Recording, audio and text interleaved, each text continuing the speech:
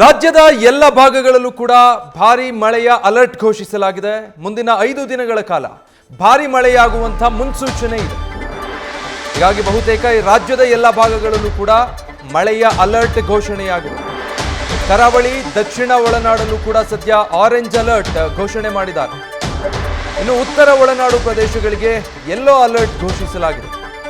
ರಾಜ್ಯದ ಹವಾಮಾನ ಇಲಾಖೆಯಿಂದ ಈ ರೀತಿಯಾಗಿ ಸೂಚನೆ ಸಿಕ್ಕಿರೋದು.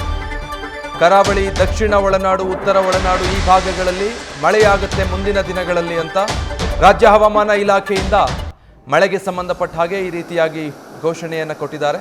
ಸೊ ಎಲ್ಲೆಲ್ಲಿ ಆರೆಂಜ್ ಅಲರ್ಟ್ ಇದೆ ನೋಡ್ತಾ ಇದ್ದೀರಾ. ದಕ್ಷಿಣ ಕನ್ನಡ, ಉಡುಪಿ, ಕೊಡಗು ಈ ಜಿಲ್ಲೆಗಳಲ್ಲಿ, ಇನ್ನು ಮಂಡ್ಯ, ಚಿಕ್ಕಬಳ್ಳಾಪುರ, ದೊಡ್ಡಬಳ್ಳಾಪುರ, ಗ್ರಾಮಾಂತರ, ಬೆಂಗಳೂರು ಗ್ರಾಮಾಂತರ ಈ ಜಿಲ್ಲೆಗಳಲ್ಲೂ ಕೂಡ ಆರೆಂಜ್ ಅಲರ್ಟ್ ಇದೆ.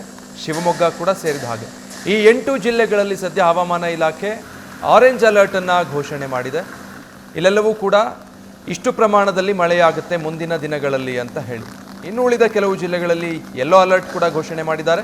ಇದೇ ಜಿಲ್ಲೆಗಳು ಬಾಗಲಕೋಟೆ, ಗದಗ, ಬೀದರ್ ಹಾಗೆ ರಾಯಚೂರು ಈ ಜಿಲ್ಲೆಗಳಲ್ಲಿ, ಜೊತೆಗೆ ಬಳ್ಳಾರಿ ಮತ್ತು ಯಾದಗಿರಿ, ಒಟ್ಟು ಈ 6 ಜಿಲ್ಲೆಗಳಿಗೆ ಯೆಲ್ಲೋ ಅಲರ್ಟ್ ಅನ್ನು ಘೋಷಣೆ ಮಾಡಿರೋದು.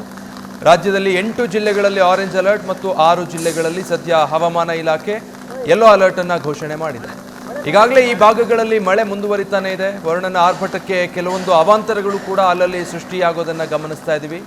ದಕ್ಷಿಣ ಕನ್ನಡ, ಉಡುಪಿ ಈ ಭಾಗದಲ್ಲೂ ಕೂಡ ಉತ್ತಮ ಮಳೆ ಆಗ್ತಾ ಇದೆ. ಕರಾವಳಿ ಪ್ರದೇಶದಲ್ಲಿ ನದಿ ತೀರಗಳಲ್ಲಿ ಜನ ಹುಷಾರಾಗಿರಿ ಅಂತ ಕೂಡ ಅವರಿಗೆ ಸೂಚನೆ ಕೊಡಲಾಗಿದೆ. ಮನೆ ಕುಸಿದಿರುವಂತಹ ಪ್ರಕರಣಗಳು ಕೂಡ ಅಲ್ಲಲ್ಲಿ ವರದಿಯಾಗಿದೆ. ಸೊ ಎಲ್ಲರೂ ಎಚ್ಚರದಿಂದ ಇರಬೇಕು ಅಂತ ಹೇಳಿ ಹವಾಮಾನ ಇಲಾಖೆ ಈಗಾಗಲೇ ಮುನ್ಸೂಚನೆ ಹೊರಡಿಸಿರೋದು. ನ್ಯೂಸ್ ಫಸ್ಟ್ ನಿರ್ಭೀತಿಯಿಂದ ನಿಮ್ಮ ಪರವಾಗಿ.